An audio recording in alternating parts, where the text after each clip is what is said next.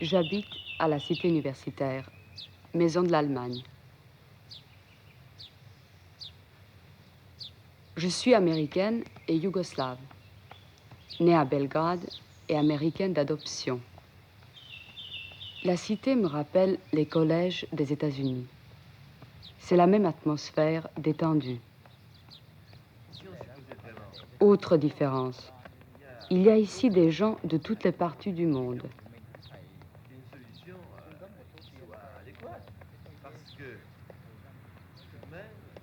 Les pelouses ne sont pas interdites, ce qui est rare en France. On peut y marcher et s'y asseoir. Le parc est vaste et des places ont été réservées aux terrains de jeu et aux cours de tennis.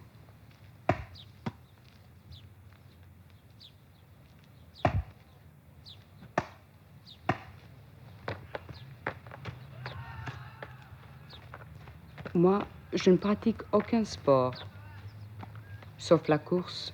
Enfin, je cours.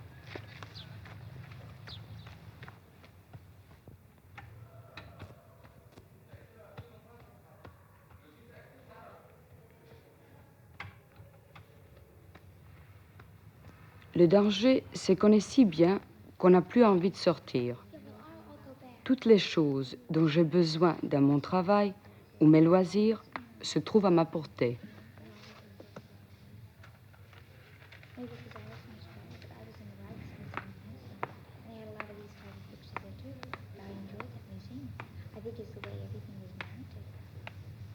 Les distractions sont nombreuses.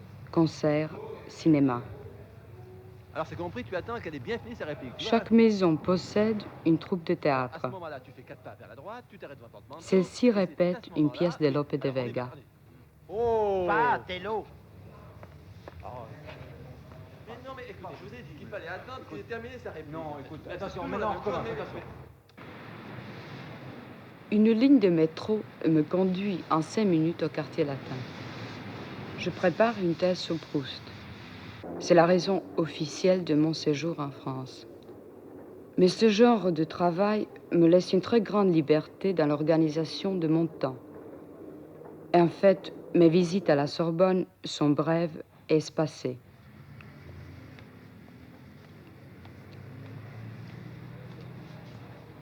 Avant de retourner à la cité, j'aime flâner dans les vieilles rues de la rive gauche, pleines de boutiques d'antiquaires et de librairies.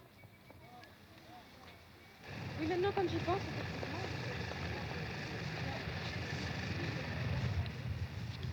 Ce qui me frappe en France, ce sont les étalages de livres à l'extérieur. On peut les feuilleter et même lire des pages entières en toute tranquillité.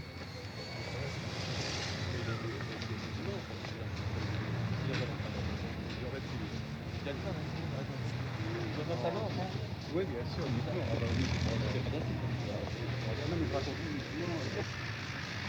Puis, je vais m'asseoir à une terrasse de café. style drugstore affreux.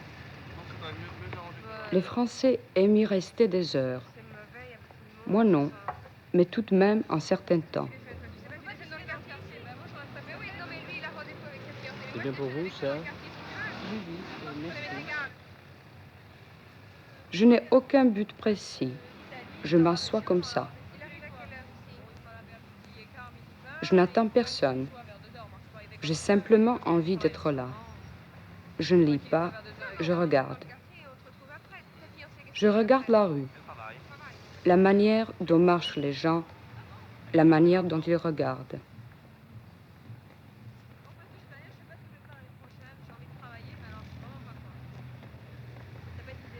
Côté artisanal de ce métier, pas autre chose, quoi. Ça plaît ou ça plaît pas, une cote de peintre. Je connais bien Saint-Germain-des-Prés. On fait ce qu'on veut, mais ça veut pas dire que le peintre a une grande... C'est même le quartier de Paris qui m'a attiré le premier lorsque je suis arrivée en France.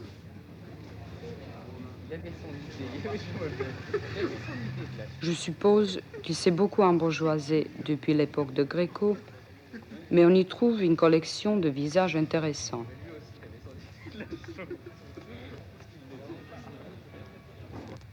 Je suis plus à l'aise à Montparnasse. Le site est banal, mais la foule est sympathique.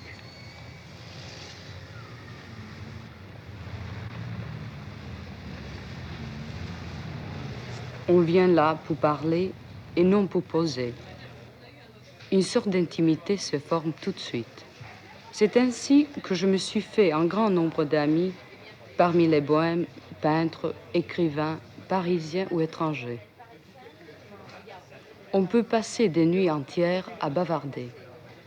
Les gens que je fréquente sont en général plus âgés que moi et détachés des petites préoccupations de la vie étudiante. Ce sont eux qui m'ont initié à l'art moderne.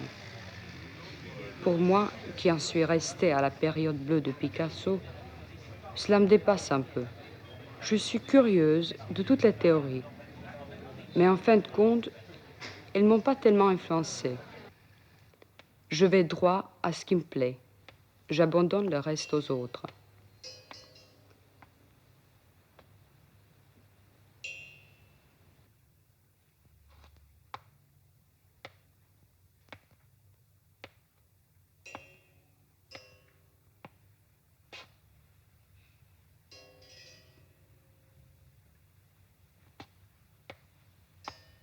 Et puis, j'ai l'impression qu'il y a des choses que je n'arriverai jamais à prendre au sérieux.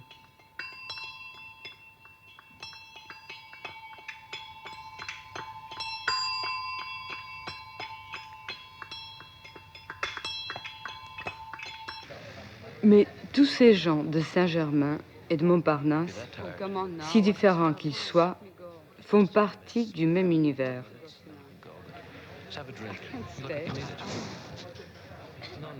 J'éprouve souvent le besoin de me séparer d'eux et de sortir du périmètre étroit du Paris intellectuel.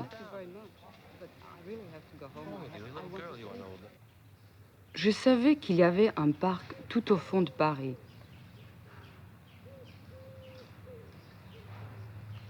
J'y suis allée un jour, toute seule, et j'y reviens quelquefois. Ce sont les Buttes Chaumont. J'aime ce lieu parce qu'il est désert et sauvage.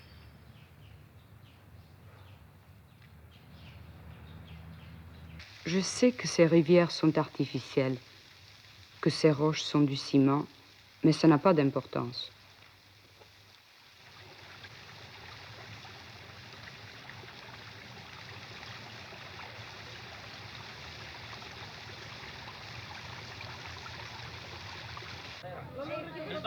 Tout près de là, c'est le quartier populaire de Belleville. Je me suis mise à l'explorer et j'y passe des journées entières. Quand j'ai faim, j'entre dans une pâtisserie. Je voudrais celui-là. Oui, elle est restée longtemps ici. Il s'appelle comment? Une brique. Non, elle est partie seule, elle va seule. Merci. C'est combien? Oui. 60, mademoiselle. Ce qui m'a toujours étonnée chez les Français, c'est l'importance qu'ils accordent à la nourriture. À midi, il faut manger. J'ai entendu un jour un étudiant passer 5 minutes à décrire à l'un de ses amis le beefsteak magnifique qu'on lui avait servi la veille dans un restaurant. Les marchés m'attirent. On n'y croise d'ordinaire que de vieilles gens.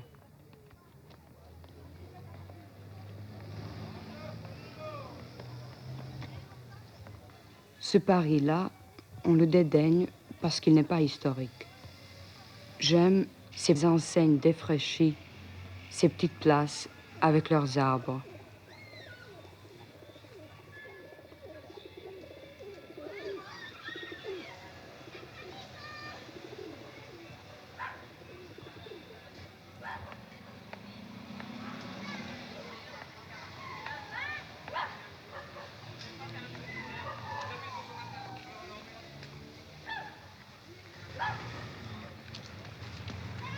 Cette vieille vient tous les jours, à la même heure, s'asseoir sur le même banc pour lire un journal déchiré, ramassé dans quelques poubelles.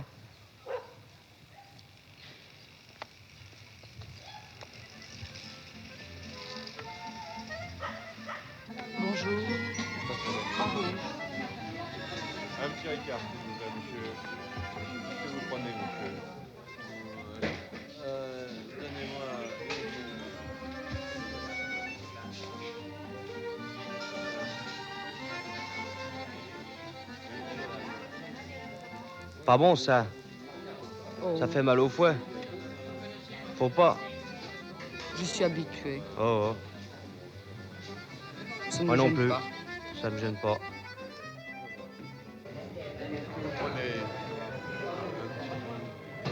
Parfois, une inverse soudaine m'oblige à rester.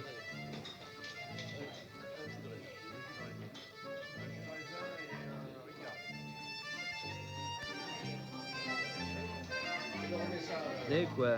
En tout bien, tout honneur. Il y aura ma femme et mes 4 gosses. Oh, dimanche, vous travaillez pas le dimanche. Ce dimanche? J'habite à côté. J'ai une fille Camille. Comme ça, c'est sympa, quoi. Allez, vous venez? On sait que je suis étrangère, Ouais, je peux vous donner mais on mon numéro de m'accepte. téléphone. On ne me regarde pas comme une intruse. J'ai découvert un monde sans problème, plus simple, plus caractéristique de la France. Sa présence m'a beaucoup aidée en me détachant de tout ce qu'il y avait de superficiel dans ma vie.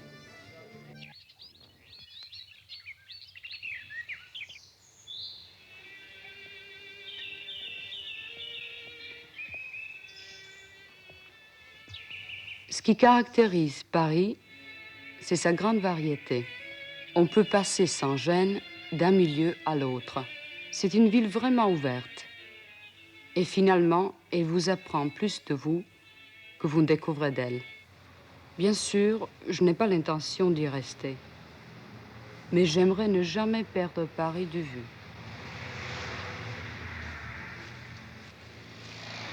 Mon séjour ici m'aura marqué. C'est naturel, car il coïncide avec la période de votre vie qui est peut-être la plus importante, celle où vous dégagez des influences et où votre personnalité se dessine.